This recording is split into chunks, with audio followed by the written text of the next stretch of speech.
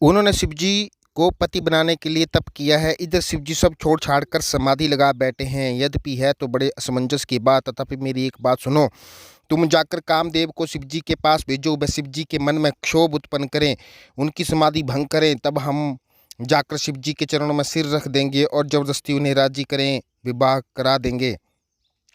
इस प्रकार भले ही देवताओं को हित हो। सबने कहा, ये सम्मति बहुत अच्छी है। फिर भी देवताओं ने बड़े प्रेम से स्तुति की। तब विषम बाण धारण करने वाला और मछली के चिन्ह युक्त ध्वजा वाला कामदेव प्रकट हुआ। देवताओं ने कामदेव से अपनी सारी विपत्ति कही। सुनकर कामदेव ने मन में विचार किया और हंसकर देवताओं से यूँ कहा कि शिवजी के साथ विरोध करने में मेरी कुशल नहीं है, तथापि मैं तुम्हारा काम तो करूँगा, क्योंकि वेद दूसरे के उपकारों को परम धर्म कहते हैं। जो दूसरों के हित के लिए अपना सिर त्याग देते हैं, संत सदा उसकी बड़ाई करते हैं। यो कहकर सबको सिर नवाकर कामदेव अपने पुष्प के धनुष को हाथ में लेकर सहायक को साथ चला। चलते समय कामदेव के हृदय में ऐसा विचार किया कि शिवजी के साथ विरोध करने से मेरा मरण निश्चित है। तब उसने अपना प्रभाव फैलाया और समस्त संसार को अपने वश में कर लिया। जिस समय उस मछली के चिन्ह की ध्वजा वाले कामदेव को कोप किया, उसमें क्षण भर में ही वेदों की सारी मर्यादा मिट गई। ब्रह्मचार्य, नियम, नाना प्रकार के संयम, धीर्ज, धर्म, ज्ञान, विज्ञान, सदाचार, जप, योग, वैराग्य आदि विवेकाकारी सारी सेना डरकर भाग गई। विवेक अपने सहायकों सहित भाग गया। उसके योद्धा रणभूमि से पीठ दिखा गए। उसमें वे सब सदग्रंथ रूपी पर्वत की कंदराओं में जा छिपे। सारे जगत में खलबली मच गई। हे विधाता, अब क्या होने वाला है? हमारी रक्षा कौन करेगा? ऐसा दो सिर वाला कौन है जिसके लिए रति के पति कामदेव ने कोप करके हाथ में धनुष बाण उठाया है? जगत में स्त्री पुरुष संज्ञा वाले जितने अचर प्राणी थे, वे सब अपनी अपनी मर्यादा छोड़कर काम के वश में हो गए। सबके हृदय में काम की इच्छा हो गई। लताओं को देखकर वृक्षों की डालियां झुकने लगी। नदियां उमड़ उमड़ कर समुद्र की ओर, ताल तलैया भी आपस में संगम करने लगी। जब जड़ की ये दशा कही गई, तब चेतन जीव को करनी कौन कह सकता है? आकाश, जल और पृथ्वी पर विचरने वाले स्वरूप सारे पशु पक्षी स्नेह भुलाकर अपने काम के वश में हो गए। सब लोग कामान धोकर व्याकुल हो गए। चकबा चकबी रात दिन नहीं देखते।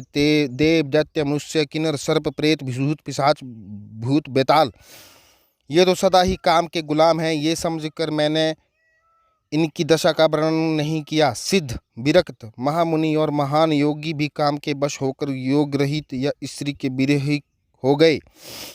जब योगीश्वर और तपस्वी भी काम के वश हो गए, तब पामर मनुष्यों कौन कहे, जो समस्त चराचर जगत को ब्रह्म में देखते थे, वे अब उसे स्त्री में देखने लगे। स्त्रियां सारे संसार को पुरुष में देखने लगी और पुरुष उसे स्त्री में देखने लगे। तो 2 घड़ी तक सारे ब्रह्मांड के अंदर कामदेव का रचा हुआ ये कौतुक रहा।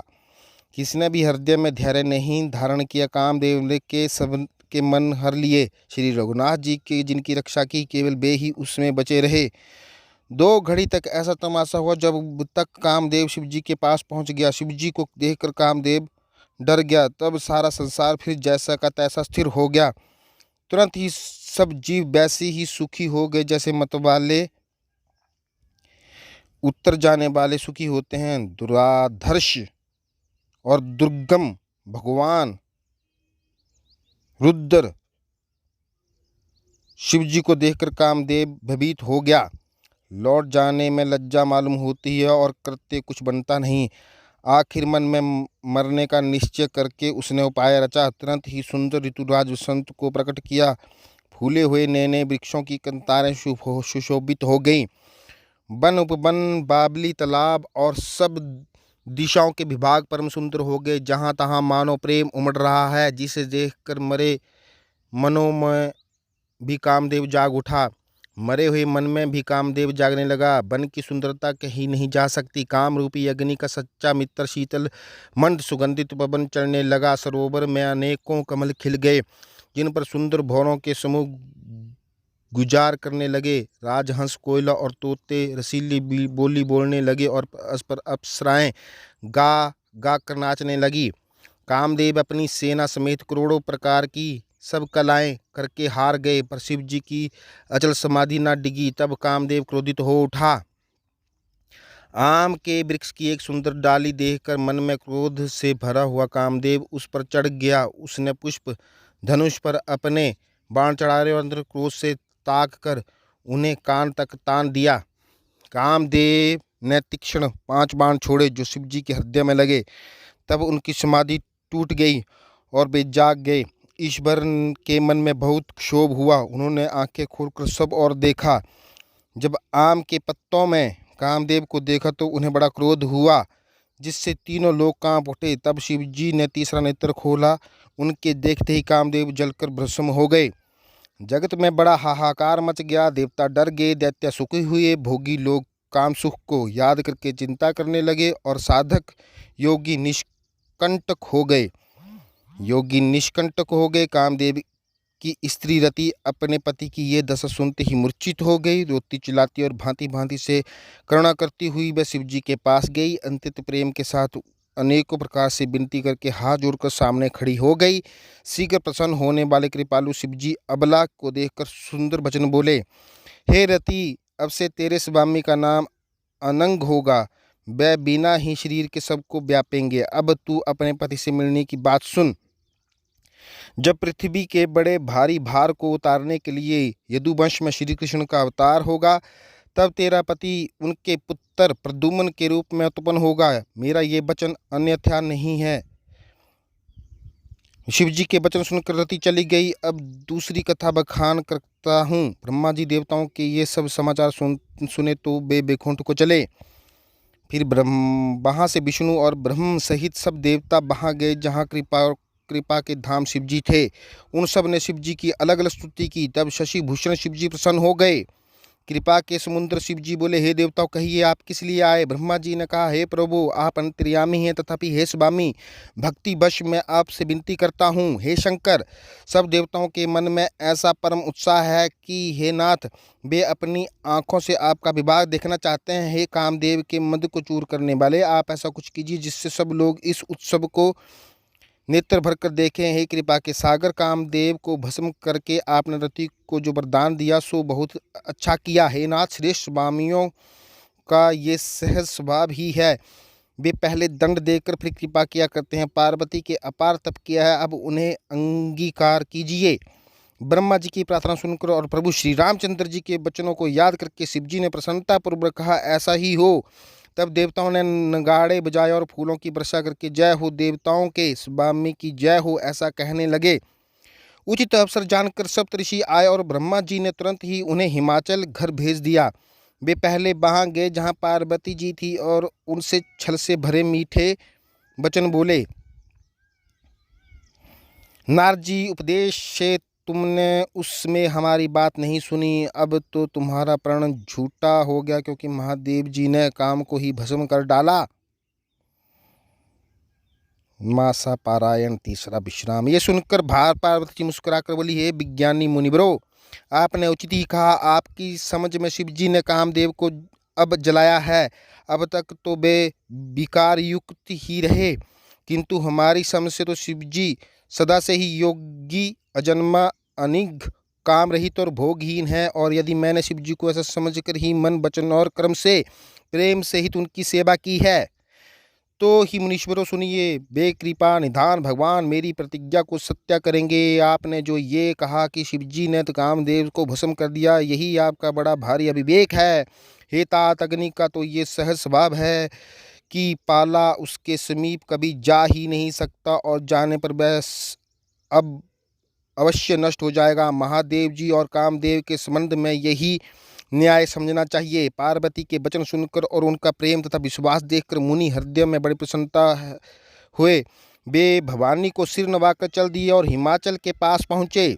उन्होंने पर्वतराज हिमाचल को सब हाल सुनाया। कामदेव का भस्म होना सुनकर हिमाचल बहुत दुखी हुए। फिर मुनियों रति के वरदान की बात कही, उसे सुनकर हिमवान बहुत सुख माना।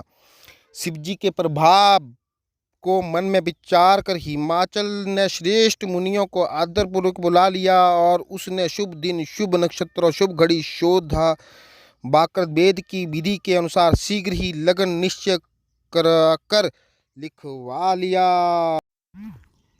फिर हिमाचल वह लगन पत्रिका सप्तऋषियों को दे दी और चरण पकड़कर उनकी विनती की। उन्होंने जाकर वह लगन पत्रिका ब्रह्मा जी को दी। उसको पढ़ते समय उनके हृदय में प्रेम समाता ना था। ब्रह्मा जी ने लगन पढ़कर सबको सुनाया। उसे सुनकर सब मुनि और देवताओं को सारा समाज हर्षित हो गया। आकाश से फूलों की वर्षा होने लगी, बाजे बजने लगे और दशों दिशाओं में मंगल कलश सजा दिए गए। सब देवता अपनी भांति भांति के वाहन और विमान सजने लगे। कल्याणप्रद मंगल शकुन होने लगे और अप्सराएं गाने लगी। शिव जी के गण शिव जी का श्रृंगार करने लगे। जटाओं को मुकुट बनाकर उस पर सर्पों का मोर सजाया गया। शिव जी के सर्पों की कुंडल और कंकण पहने, शरीर पर विभूति रमाई और बस्तर की जगह बाघंबर लपेट लिया। शिव जी के सुंदर मस्तक पर चंद्रमा, सिर पर गंगा जी, 3 नेत्र, सर्पों का जनेऊ, गले में विष और छाती पर नरमुंडों की माला थी। इस प्रकार उनका भेष अशुभ होने पर भी वे कल्याण के धाम और कृपालु हैं। एक हाथ में त्रिशूल और दूसरे हाथ में डमरू सुशोभित है। शिव जी बैल पर चढ़कर चले, बाजे बज रहे हैं। शिव जी को देखकर देवांगनाएं मुस्कुरा रही हैं। इस वर के योग्य दुल्हन संसार में नहीं मिलेगी। विष्णु और ब्रह्मा आदि देवताओं के समूह अपने अपने वाहन को सवारियों पर चढ़कर बारात में चले। देवताओं का समाज सब प्रकार से अनुपम परम सुंदर था, पर दुल्हे के योग्य बारात न थी। तब विष्णु भगवान सब दिव्या पालकों को बुलाकर हंसकर ऐसा कहा, सब लोग अपने अपने दल समेत अलग अलग होकर चलो। हे भाई, हम लोग ये बारात वर के योग्य नहीं है, क्या पराये नगर में जाकर हंसी कराओगे? विष्णु भगवान की बात सुनकर देवता मुस्कुराए और वे अपनी अपनी सेना सहित अलग हो गए। महादेव जी मन ही मन मुस्कुराते हैं कि विष्णु भगवान के व्यंग्य वचन नहीं छूटते। अपने प्यारे विष्णु भगवान के इन अति प्रिय वचनों को सुनकर शिव जी ने भृंगी को भेजकर अपने सब गणों को बुलवा लिया। शिव जी की आज्ञा सुनते ही सब चले आए और उन्होंने स्वामी के चरण कमलों में सिर नवाया। तरह तरह की सवारियों और तरह तरह के भेष वाले अपने समाज को देखकर शिव जी हंसे। कोई बिना मुख का है, किसी के बहुत से मुख हैं। कोई बिना हाथ पैर का है तो किसी के कई हाथ पैर हैं। किसी के बहुत आंखें हैं तो किसी की एक भी आंख नहीं है। कोई बहुत मोटा ताजा है तो कोई बहुत ही दुबला पतला है। कोई बहुत दुबला, कोई बहुत मोटा, कोई पवित्र, कोई अपवित्र भेष धारण किए हुए हैं। भयंकर गहने पहने, हाथ में कपाल लिए हैं और सब के सब शरीर में ताजा खून लपेटे हुए हैं। गधे, कुत्ते, सूअर और सियार से उनके मुख हैं। गणों के अनगिनत भेषों को कौन गिने। बहुत प्रकार के प्रेत, पिशाच और योगिनियों के जमाते हैं, उनका वर्णन करते नहीं बनता। भूत प्रेत नाचते और गाते हैं। वे सब बड़े मौजी हैं, देखने में बहुत ही बेढंगे जान पड़ते हैं और बड़े ही विचित्र ढंग से बोलते हैं। जैसा दूल्हा है अब वैसी ही बारात बन गई है। मार्ग में चलते हुए भांति भांति के कौतुक होते जाते हैं। इधर हिमाचल ने ऐसा विचित्र मंडप बनाया कि जिसका वर्णन नहीं हो सकता। जगत में जितने छोटे बड़े पर्वत थे जिनका वर्णन करके पार नहीं मिलता, तथा जितने वन, समुद्र, नदियाँ और तालाब थे, हिमाचल ने सबका नेवता भेजा। वे सब अपनी इच्छा अनुसार रूप धारण करने वाले सुंदर शरीर धारण कर सुंदर स्त्रियों और समाज के साथ हिमाचल के घर गए।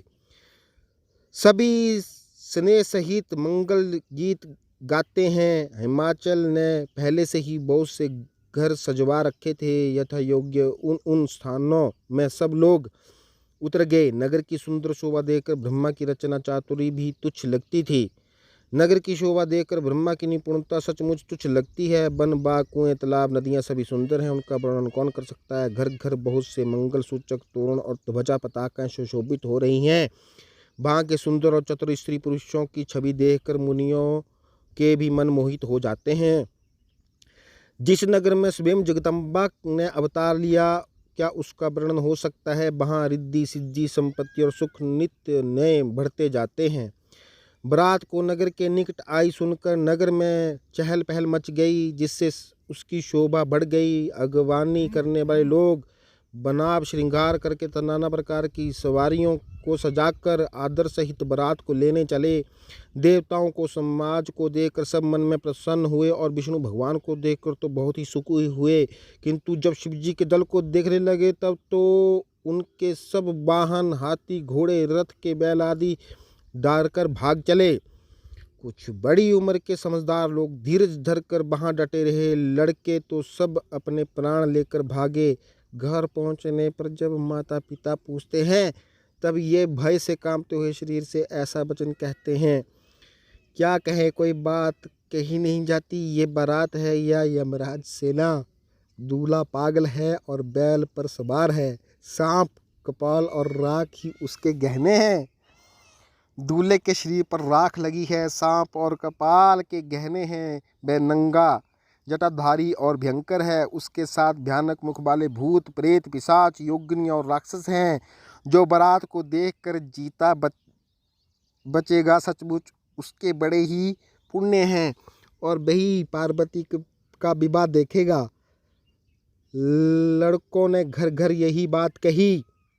मेश्वर का समाज समझकर सब लड़कों के माता पिता मुस्कुराते। उन्होंने बहुत तरह से लड़कों को समझाया कि निडर हो जाओ, डर की कोई बात नहीं। अगवान लोग बारात को लिबा लाए। उन्होंने सबको सुंदर जनबाज से ठहरने को दिया। मैना ने शुभ आरती सजाई और उनके साथी की स्त्रियां उत्तम मंगल गीत गाने लगी। सुंदर हाथों में सोने का थाल शोभित है। इस प्रकार मैना हर्ष के साथ शिव जी का प्रछान करने चली। जब महादेव जी को भयानक भेष में देखा तब तो स्त्रियां मन में बड़ा भारी भय उत्पन्न हो गया। बहुत ही डर के मारे भाग कर वे घर में घुस गई और शिव जी जहाँ जनबासा था वहाँ चले गए। मैना के हृदय में बड़ा दुख हुआ। उन्होंने पार्वती जी के अपने पास बुला लिया और अत्यंत स्नेह से गोद में बिठाकर अपने नील कमल के समान नेत्रों में आंसू भरकर कहा, जिस विधाता ने तुमको ऐसा सुंदर रूप दिया उस मूर्ख ने तुम्हारे दूल्हे को बावला कैसा बनाया। जिस विधाता ने तुमको सुंदरता दी उसने तुम्हारे लिए बर बावला कैसा बनाया। जो फल कल्प वृक्ष में लगना चाहिए वह जबरदस्ती बबूल में लग रहा है। मैं तुम्हें लेकर पहाड़ से गिर पड़ूंगी, आग में जल जाऊंगी, ये समुद्र में कूद पड़ूंगी। चाहे घर उजड़ जाए और संसार भर में आकृति फैल जाए, पर जीते जी मैं इस बावले बर से तुम्हारा विवाह न करूंगी। हिमाचल की स्त्री मैना को दुखी देखकर सारी स्त्रियां व्याकुल हो गई। मैना अपनी कन्या के स्नेह को याद करके विलाप करती, रोती और कहती थी, मैंने नारद का क्या बिगाड़ा था जिन्होंने मेरा बसता हुआ घर उजाड़ दिया। जिन्होंने पार्वती जी को ऐसा उपदेश दिया कि जिससे उसने बाबले वर्ग के लिए तप किया। सचमुच उनके ना किसी का मोह है, ना माया है, ना उनके धन है, ना घर है और ना स्त्री ही है। वे सबसे उदासीन हैं। इससे भी दूसरे का घर उजाड़ने वाला है। उन्हें ना किसी की लाज है, ना डर है। भला भांज स्त्री प्रसव की पीड़ा को क्या जाने। माता को विकल देखकर पार्वती विवेक कोमल वाणी बोली, हे माता, जो विधाता ने रच देते हैं वह टलता नहीं। ऐसा विचार कर तुम सोच मत करो। जो मेरे भाग्य में बाबला ही पति लिखा है तो किसी को क्यों दोष लगाया जाए। हे माता, क्या विधाता के अंग तुमसे मिट सकते हैं। पृथा अलंका टीका मत लो। हे माता, अलंक मत लो, रोना छोड़ो। ये अवसर विषाद करने का नहीं है। मेरे भाग्य में जो दुख सुख लिखा है उसे मैं जहाँ जाऊंगी वहीं पाऊंगी। पार्वती जी के ऐसे विनय भरे कोमल वचन सुनकर सारी स्त्रियां सोच करने लगी और भांति भांति से विधाता को दोष देकर आंखों में आंसू बहाने लगी। इस समाचार को सुनते ही हिमाचल उसी समय नारद जी और सब ऋषियों के साथ लेकर अपने घर गए। तब नारद जी ने पूर्व जन्म की कथा सुनाकर सबको समझाया और कहा कि हे मैना, तुम मेरी सच्ची बात सुनो। तुम्हारी ये लड़की साक्षात जगजननी भवानी है। यह जन्मा अनादि और अविनाशी शक्ति है। सदा शिव जी के अर्धांग में रहती है। ये जगत की उत्पत्ति पालन और संहार करने वाली है और अपनी इच्छा से ही लीला शरीर धारण करती हैं। पहले ये दक्ष के घर जाकर जन्मी थी, तब इनकी सती नाम था। बहुत सुंदर शरीर पाया था। वहाँ भी सती शंकर जी से ही ब्याही गई थी। ये कथा सारे जगत में प्रसिद्ध है। एक बार इन्होंने शिव जी के साथ आते हुए रघुकुल रूपी कमल के सूर्य श्री रामचंद्र जी को देखा। तभी इन्हें मोह हो गया और इन्होंने शिव जी का कहना न मानकर ब्रह्मवश सीता जी को भेष धारण कर लिया। जी ने जो सीता का भेष धारण सती जी ने जो सीता का भेष धारण किया। उसी अपराध के कारण शंकर जी ने उनको त्याग दिया। फिर शिव जी के वियोग में ये अपने पिता के यज्ञ में जाकर वही योग अग्नि में भस्म हो गई। अब उन्होंने तुम्हारे गर्भ जन्म लेकर अपने पति के लिए कठिन तप किया है, ऐसा जानकर संदेह छोड़ दो। पार्वती जी तो सदा ही शिव जी की प्रिय अर्धांगिनी हैं। तब नारद के वचन सुनकर सबका विषाद मिट गया और क्षण भर में ये समाचार सारे नगर में घर घर फैल गया। तब मैन और हिमवान आनंद में मग्न हो गए और उन्होंने बार बार पार्वती के चरणों की वंदना की। स्त्री पुरुष बालक युवा और वृद्ध नगर के सभी लोग बहुत प्रसन्न हुए। नगर में मंगल गीत गाए जाने लगे और सबने भांति भांति के सुवर्ण के कलश सजाए। पाक शास्त्र में जैसी रीति है उसके अनुसार अनेक भांति की ज्योनार हुई। जिस घर में स्वयं माता भवानी रहती हो वहाँ की जियोनार भोजन सामग्री का वर्णन कैसे किया जा सकता है। हिमाचल ने आदरपूर्वक सब बरातियों, विष्णु, ब्रह्मा और सब जातियों के देवताओं को बुलवाया। भोजन करने वालों की बहुत सी पंक्तियां बैठी। चतुर रसोइये परोसने लगे। स्त्रियों की मंडलियां देवताओं को भोजन करते जानकर कोमल वाणी से गालियां देने लगी। सब सुंदरी स्त्रियां मीठे स्वर में गालियां देने लगी और विहंग्य भर वचन सुनाने लगे। देवगण विनोद सुनकर बहुत सुख अनुभव करते हैं, इसलिए भोजन करने में बड़ी देर लगा रहे हैं। भोजन के समय जो आनंद बढ़ा वह करोड़ों मुँह से भी नहीं कहा जा सकता। भोजन पर चुकने पर सबके हाथ मुंह धुलवा कर पान दिए गए। फिर सब लोग जो जहाँ ठहरे थे वहाँ चले गए। फिर मुनियों ने लौटकर हिमवान को लगन लगन पत्रिका सुनाई और विवाह का समय देखकर देवताओं को बुला भेजा। सब देवताओं को आदर सहित बुलवा लिया और सबको यथा योग्य आसन दिए। वेद की रीति से वेदी सजाई गई और उसके सुंदर श्रेष्ठ मंगल गीत गाने लगी।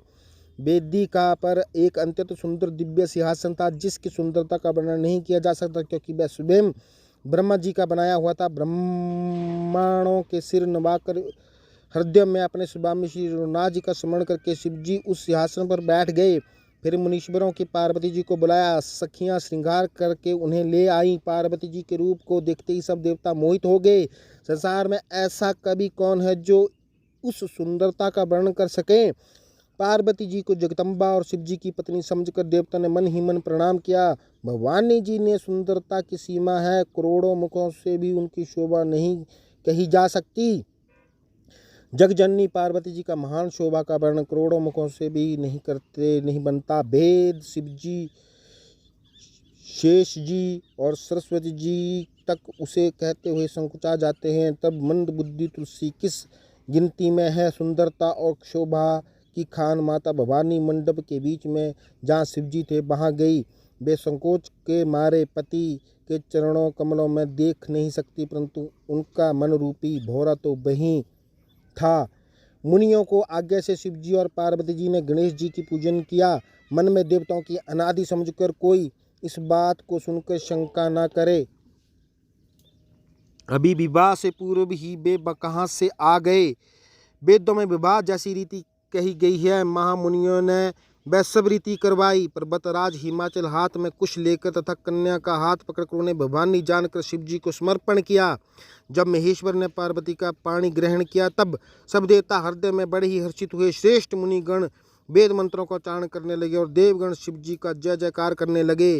अनेकों प्रकार के बाजे बजने लगे। आकाश से नाना प्रकार के फूलों की वर्षा हुई। शिव पार्वती का विवाह हो गया। सारे ब्रह्मांड में आनंद भर गया।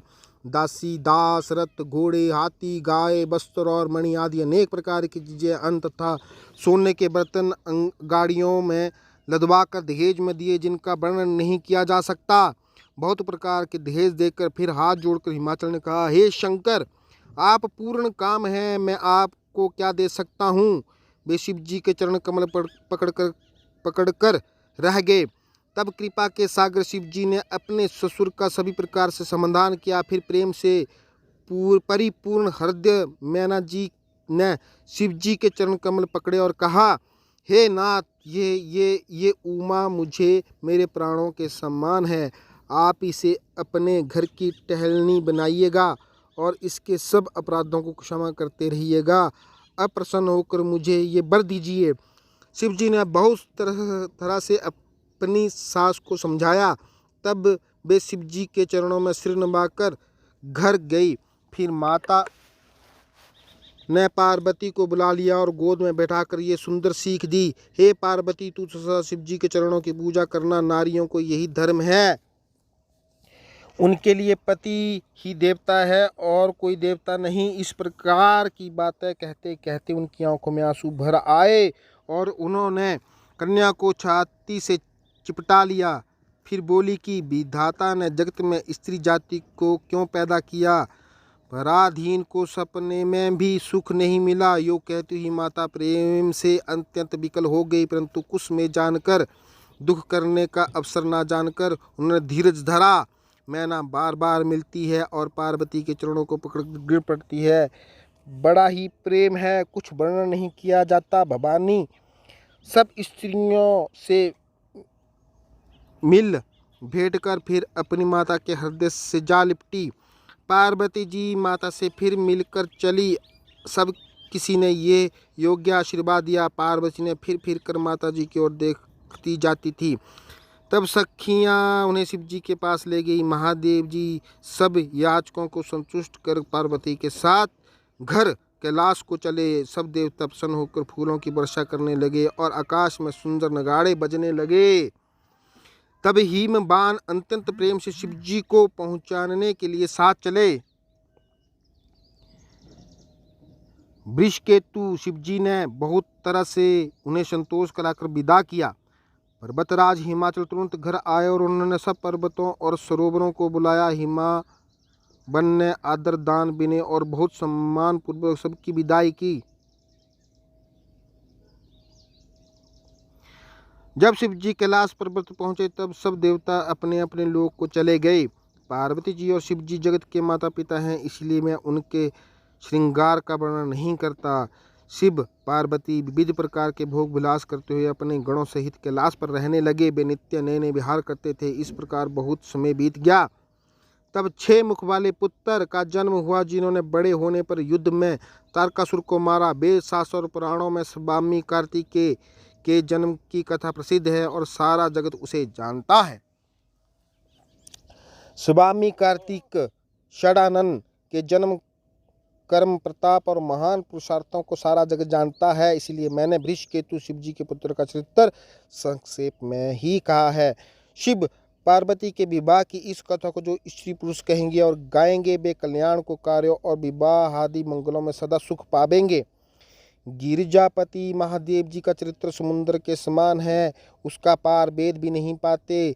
तब अत्यंत मंद बुद्धि और गवार तुलसीदास उसका वर्णन कैसे कर सकता है। शिव जी के रसीले और सुहावने चरित्रों को सुनकर मुनि भरद्वाज जी ने बहुत ही सुख पाया। कथा सुनने के उनकी लालसा बहुत बढ़ गई, नेत्रों में जल भर आया। तब रोम वाली खड़ी हो गई, वे प्रेम से मुग्ध हो गए, मुख से वाणी नहीं निकलती। उनकी ये दशा देखकर ज्ञानी मुनि याज्ञवल्क्य बहुत प्रसन्न हुए और बोले, हे मुनीश, आहा, तुम्हारा जन्म धन्य है। तुमको गौरीपति शिव जी प्राणों के समान प्रिय हैं। शिव जी के चरण कमलों में जिनकी प्रीति नहीं है, वे श्री रामचंद्र को स्वप्न भी अच्छे नहीं लगते। विश्वनाथ श्री शिव जी के चरणों में निष्कपट प्रेम होना, यही राम भक्त का लक्षण है।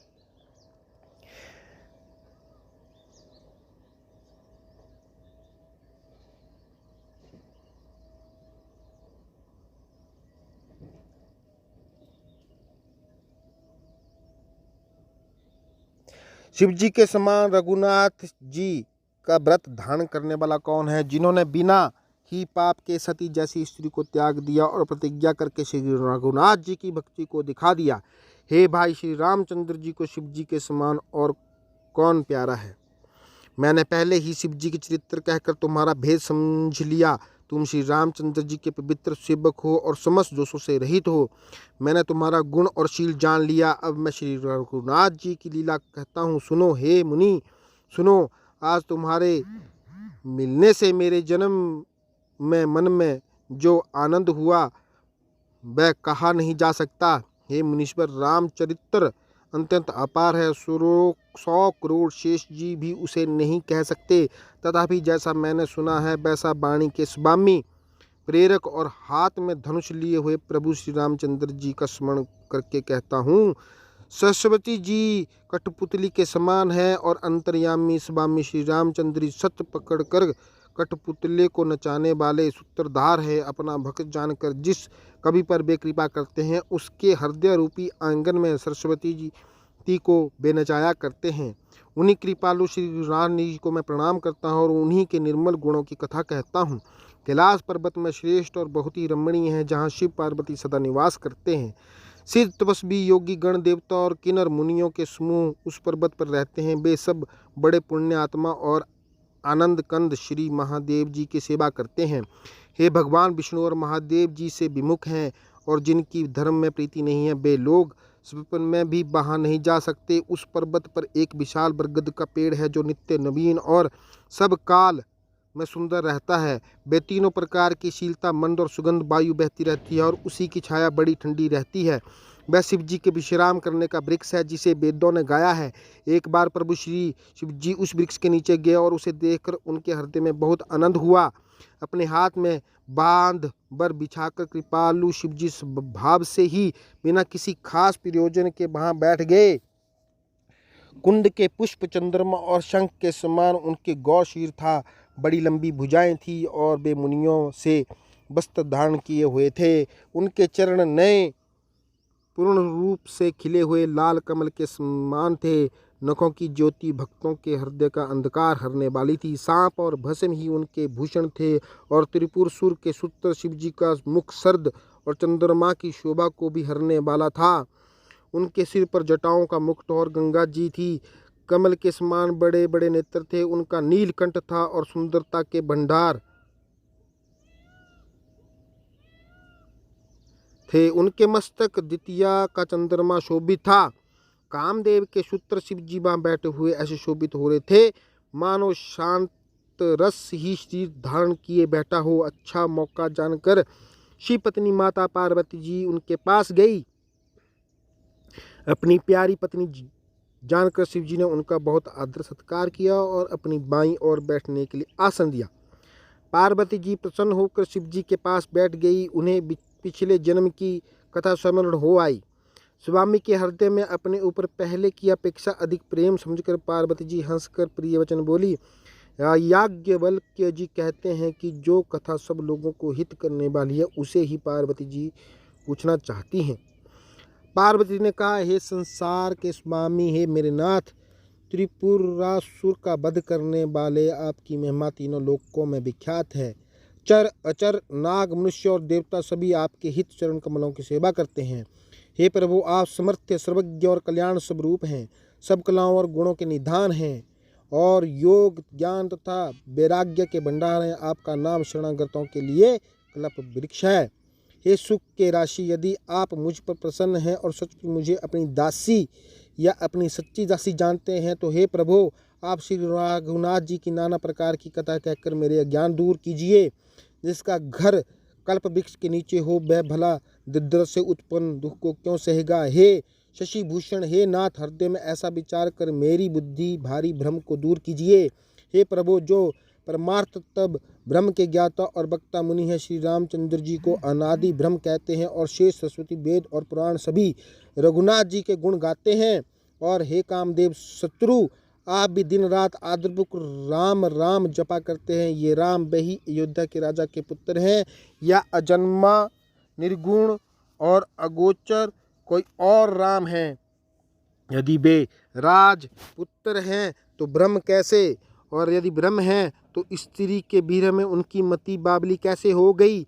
इधर अनेक ऐसे चरित्र देखकर और उधर उनकी महिमा सुनकर मेरी बुद्धि अंतत चकरा रही है। यदि इच्छा रहित व्यापक समर्थ ब्रह्म कोई और है तो हे नाथ, मुझे उसे समझा कर कहिए। मुझे नादान समझकर मन में क्रोध न लाइए। जिस तरह मेरा मोह दूर हो वही कीजिए। मैंने पिछले जन्म में वन में श्री रामचंद्र जी की प्रभुता देखी थी, परंतु अत्यंत भयभीत होने के कारण मैंने वह बात आपको सुनाई नहीं। तो भी मेरे मलिन मन को बोध न हुआ। उसका फल भी मैंने अच्छी तरह पा लिया है। अब भी मेरे मन में कुछ संदेह है, आप कृपा कीजिए। मैं हाथ जोड़कर विनती करती हूँ। हे प्रभु, अपने उस समय मुझे बहुत तरह से समझाया था, फिर भी मेरे संदेह नहीं गया। हे नाथ, ये सोचकर मुझ पर क्रोध ना कीजिए। मुझे अब पहले जैसा मोह नहीं है। अब तो मेरे मन में राम कथा सुनने की रुचि है। शेष नागों को अलंकार रूप में धारण करने वाले देवताओं के नाथ आप श्री रामचंद्र जी के गुणों के विविध कथा कहिए। मैं पृथ्वी पर सिर टेक कर आपके चरणों की वंदना करती हूँ और हाथ जोड़कर विनती करती हूँ, आप वेदों को सिद्धांतों को निचोड़ कर श्री रघुनाथ जी का निर्मल यश वर्णन कीजिए। यद्यपि स्त्री होने का कारण मैं उसे सुनने की अधिकारी नहीं हूँ, तथापि मैं मन वचन और कर्म से आपकी दासी हूँ। संत लोग जहाँ अर्थ अधिकारी पाते हैं, वहाँ गूढ़ तत्व भी उससे नहीं छिपाते। हे देवताओं के स्वामी, मैं बहुत ही आर्त भाव से पूछती हूँ, आप मुझ पर दया करके श्री रघुनाथ जी की कथा कहिए। पहले तो वह कारण विचार कर बताइए जिससे निर्गुण ब्रह्म सगुण रूप धारण करता है। फिर हे प्रभु श्री रामचंद्र जी के अवतार जन्म की कथा कहिए तथा उनका उद्धार बाल चरित्र कहिए। फिर जिस प्रकार उन्होंने श्री जानकी जी से विवाह किया वह कथा कहिए। और फिर ये बतलाइए कि उन्होंने जो राज्य छोड़ा सो किस जोश से। हे नाथ, फिर उन्होंने वन में रहकर जो अपार चरित्र किए तथा जिस तरह रावण को मारा वह कहिए। हे सुख स्वरूप शंकर, फिर आप उन सारी लीलाओं को कहिए जो उन्होंने राज्य सिंहासन पर बैठकर की थी। हे कृपा धाम, फिर बहुत अद्भुत चरित्र कहिए जो श्री रामचंद्र जी ने किया। हे रघुकुल शिरोमणि, प्रजा सहित किस प्रकार अपने धाम को गए। हे प्रभु, फिर आप उस तत्व को समझा करके जिसकी अनुभूति में ज्ञानी मुनिगण सदा मगन रहते हैं, और फिर भक्ति ज्ञान विज्ञान और वैराग्य विभाग सहित वर्णन कीजिए। इसके सिवा श्री रामचंद्र जी के और भी जो अनेक रहस्य छिपे हुए भाव अथवा चरित्र हैं उनको कहिए। हे नाथ, आपका ज्ञान अत्यंत निर्मल है। प्रभु, जो बात मैंने ना भी पूछी हो, हे दयालु, उसे भी आप छिपा ना रखिए। वेदों ने आपको 3 लोकों का गुरु कहकर कहा है, दूसरे पामर जीव इस रहस्य को क्या जाने। पार्वती जी के सहज सुंदर छल रहित प्रश्न सुनकर शिव जी के मन को बहुत अच्छे लगे। श्री महादेव जी के हृदय में सारे रामचरित्र आ गए। प्रेम के मारे उनका सिर पुलकित हो गया और नेत्रों में जल भर आया। श्री रघुनाथ जी का रूप उनके हृदय में आ गया, जिससे स्वयं परमानंद स्वरूप शिव जी ने भी अपार सुख पाया। शिव जी 2 घड़ी तक ध्यान के रस आनंद में डूबे रहे। फिर उन्होंने मन को बाहर खींचा। तब बेस प्रसन्न होकर श्री रघुनाथ जी का चरित्र वर्णन करने लगे, जिसके बिना जाने झूठ भी सत्य मालूम होता है। जैसे बिना पहचाने रस्सी में सांप का भ्रम हो जाता है, और जिसके जान लेने पर जगत उसी तरह लोभ हो जाता है, जैसे जागने पर स्वप्न का भ्रम जाता रहता है। मैं उन्हीं श्री रामचंद्र जी के बालक रूपी वंदना करता हूँ, जिनका नाम जपने से सब सिद्धियां सहज ही प्राप्त हो जाती हैं। मंगल के धाम, अमंगल के हरने वाले और श्री दशरथ जी के आंगन में खेलने वाले वे बाल रूप श्री रामचंद्र जी मुझ पर कृपा करें। त्रिपुरासुर का वध करने वाले शिव जी श्री रामचंद्र जी को प्रणाम करके आनंद में भरकर अमृत के समान वाणी बोली, हे गिरिराज कुमारी पार्वती, तुम धन्य हो, धन्य हो, तुम्हारे समान कोई उपकारी नहीं है। जो तुमने श्री रघुनाथ जी की कथा का प्रसंग पूछा है, जो कथा समस्त लोगों के लिए जगत को पवित्र करने वाली गंगा जी के समान है, तुमने जगत के कल्याण के लिए ही प्रश्न पूछे हैं। तुम श्री रघुनाथ जी के चरणों में प्रेम रखने वाली हो। हे पार्वती, मेरे विचार में तो श्री राम जी की कृपा से तुम्हारे मन में स्वप्न में भी शोक मोह संदेह और भ्रम कुछ भी नहीं है। फिर भी तुमने इसलिए वही पुरानी शंका की है कि इस प्रसंग के कहने से सुनने से सबका कल्याण होगा। जिन्होंने अपने कानों से भगवान की कथा नहीं सुनी, उनके कानों में छिद्र सांप के बिल के समान है। जिन्होंने अपने नेत्रों से संतों को दर्शन नहीं किए, उनके वे नेत्र मोर के पंखों पर दिखने वाले नकली आँखों की गिनती में हैं। वे सिर कड़बी तुम्बी के समान हैं, जो श्री हरि और गुरु के चरण तल कमल नहीं झुकते। जिन्होंने भगवान की भक्ति को अपने हृदय स्थान नहीं दिया, वे प्राणी जीते हुए भी मूद के समान हैं। जो जीभ श्री रामचंद्र जी के गुणों का गान नहीं करती, वे मेंढक की जीभ के समान हैं। वह हृदय ब्रज के समान कड़ा और निष्ठुर है, जो भगवान के चरित्र सुनकर हर्षित नहीं होता। हे पार्वती, श्री रामचंद्र जी के लीला सुनो। वह देवताओं का कल्याण करने वाली और दैत्यों को विशेष रूप से मोहित करने वाली है। श्री रामचंद्र जी की कथा कामधेनु के समान सेवा करने से सब सुखों को देखने देने वाली और सत्पुरुषों के समाज ही सब देवताओं को लोक हैं। ऐसा जानकर ऐसे इसे कौन ना सुनेगा।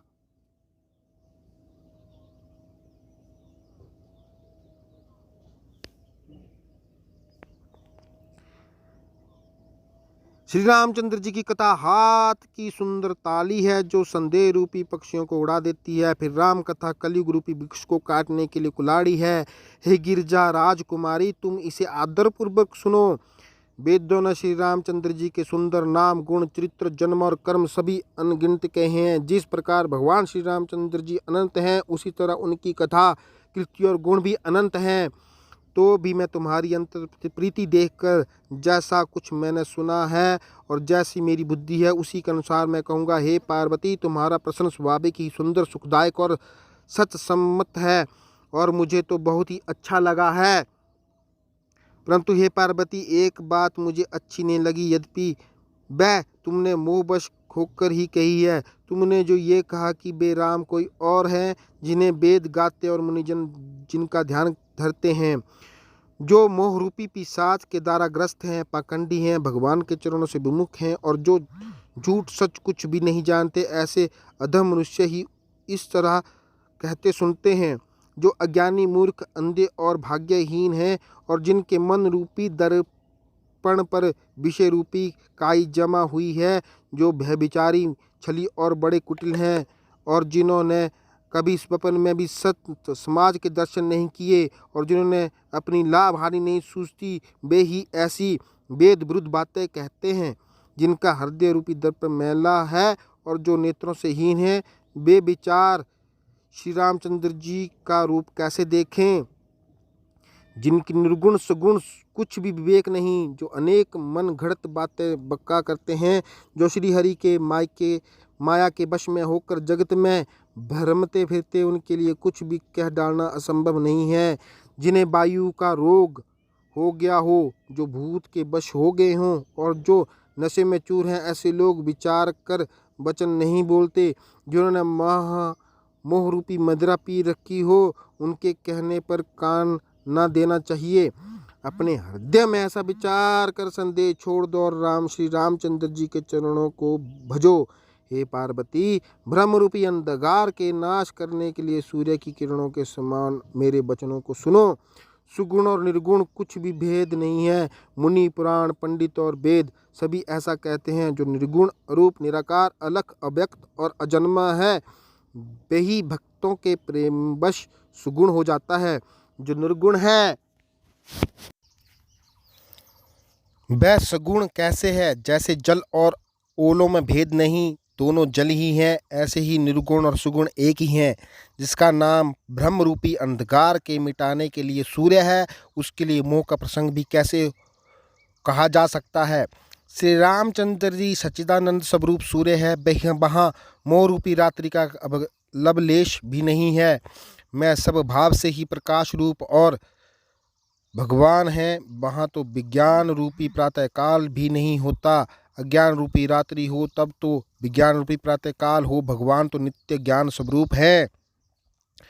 हर्ष, शोक, ज्ञान, अज्ञान, अहंता और अभिमान, ये सब जीव के धर्म हैं। श्री रामचंद्र जी तो व्यापक ब्रह्मा परमानंद स्वरूप परात्पर प्रभु और पुराण पुरुष हैं।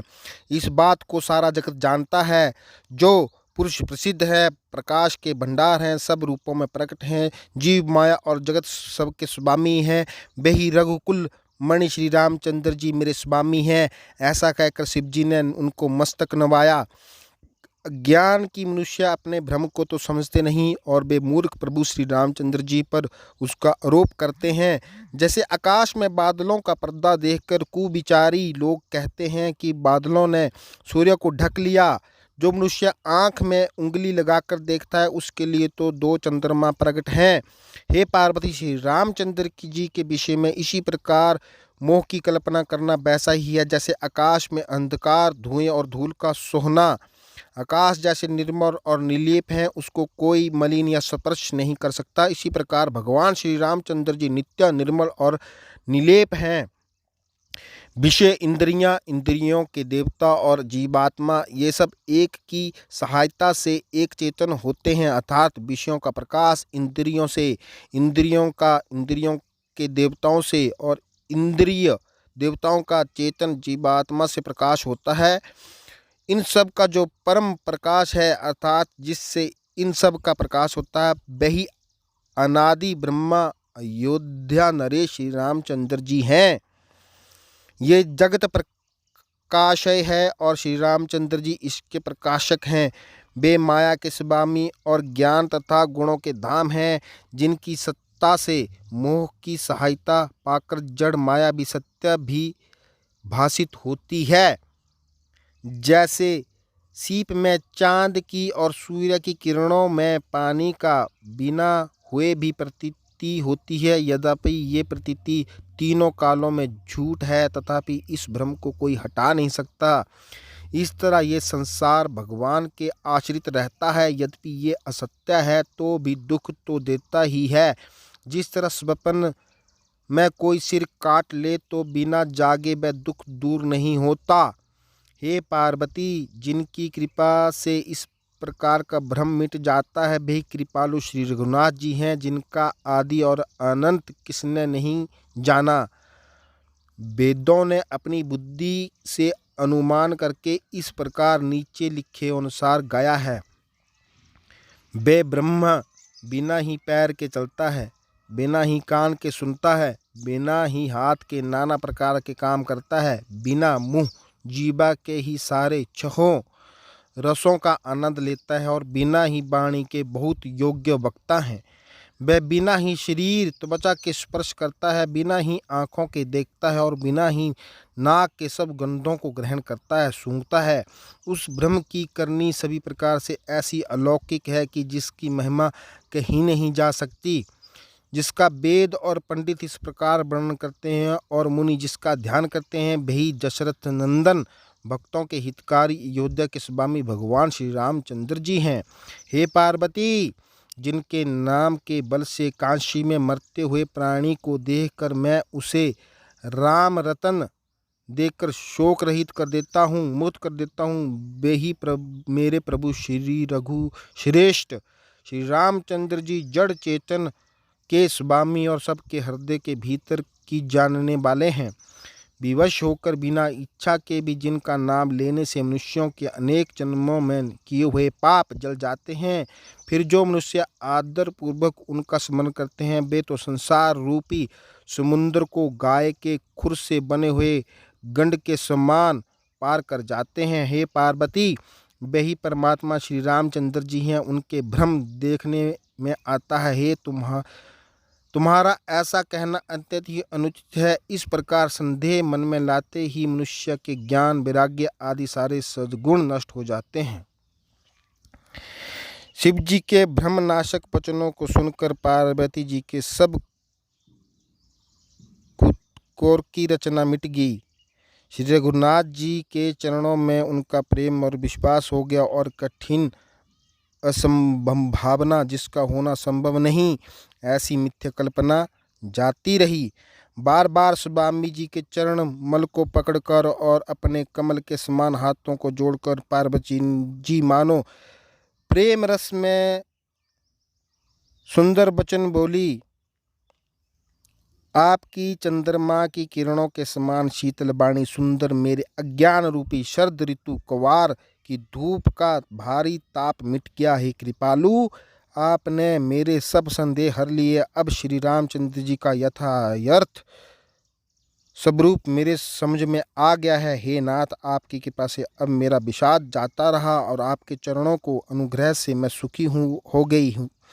यद्यपि मैं स्त्री होने के कारण स्वभाव से ही मूर्ख और ज्ञानहीन हूँ, तो भी आप मुझे अपनी दासी जानकर, हे प्रभु, यदि आप मुझ पर प्रसन्न हैं तो जो बात मैंने पहले आपसे पूछी थी वही कहिए। ये सत्य है कि श्री रामचंद्र जी ब्रह्म हैं, जिनमें ज्ञान स्वरूप हैं, अविनाशी हैं, सबसे रहित और सबके हृदय रूपी नगरी में निवास करने वाले हैं। फिर हे नाथ, उन्होंने मनुष्य का शरीर किस कारण धारण किया? हे धर्म की ध्वजा धारण करने वाले प्रभु, ये मुझे समझा कर कहिए।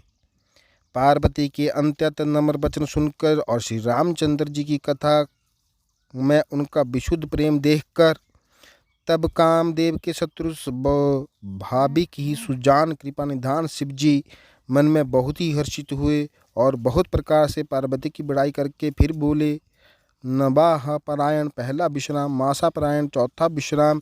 हे पार्वती, निर्मल रामचरित मानस में मंगलमयी कथा सुनो, जिसे काक बसुंडी ने विस्तार से कहा और पक्षियों के राजा गरुड़ जी ने सुना था। वह श्रेष्ठ संवाद किस प्रकार हुआ वह मैं आगे कहूँगा। अभी तुम श्री रामचंद्र जी के अवतार का परम सुंदर और पवित्र पापनाशक चरित्र सुनो। श्री हरि के गुण नाम कथा और रूप सभी अपार अगिनत और असीम हैं। फिर भी हे पार्वती, मैं अपनी बुद्धि के अनुसार कहता हूँ, तुम आदर पूर्वक सुनो। हे पार्वती सुनो, वेद शास्त्रों ने श्री हरि के सुंदर विस्तृत निर्मल चित्र को गान किया है। हरि का अवतार जिस कारण से होता है वह कारण बस यही है, ऐसा नहीं कहा जा सकता।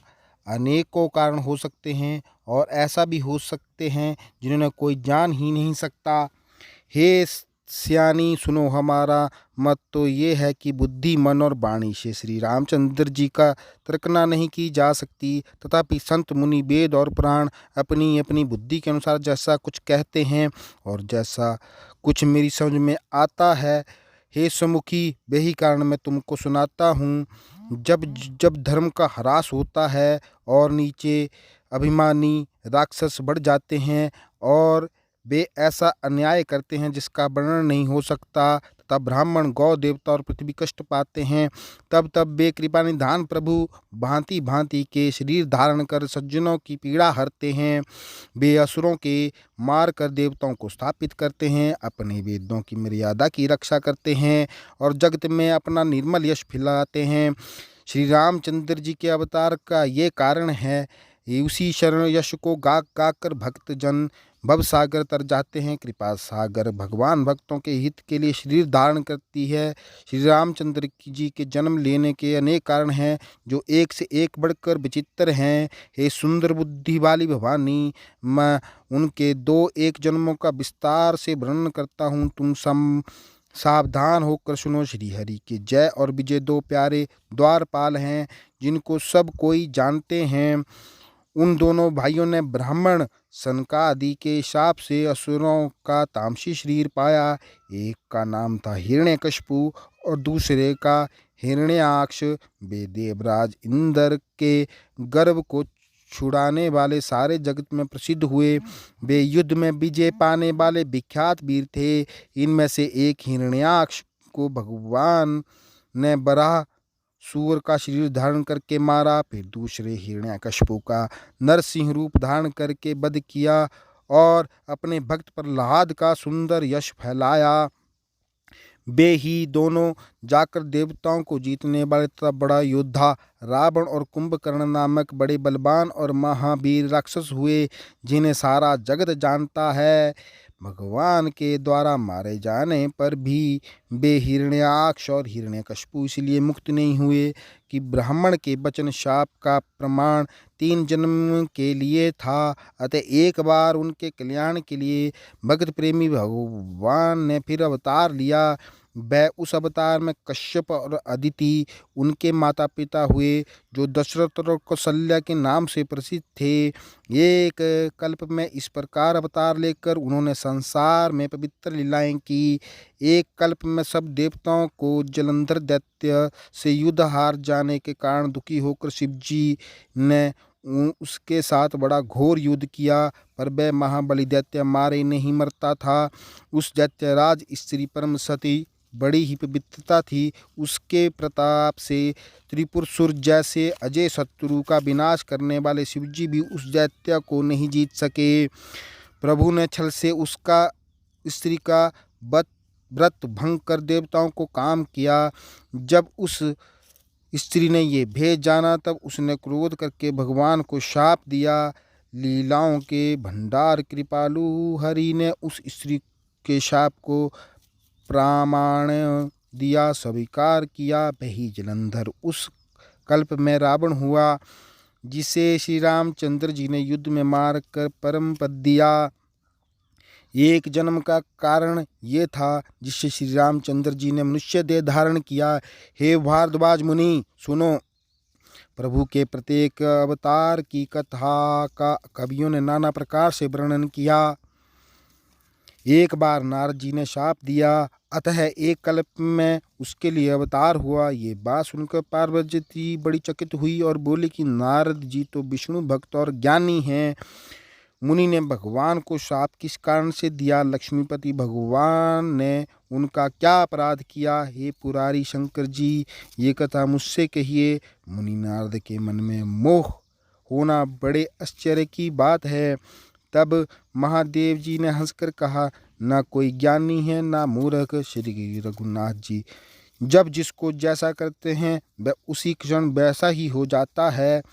याज्ञवल्क्य जी कहते हैं, हे भारद्वाज, श्री रामचंद्र जी के गुणों की कथा कहता हूँ, तुम आदर से सुनो। तुलसीदास जी कहते हैं, मान और मद को छोड़कर आवागमन का नाश करने वाले रघुनाथ जी को भजो। हिमालय पर्वत में एक बड़ी पवित्र गुफा थी। उसके समीप सुंदर गंगा जी बहती थी।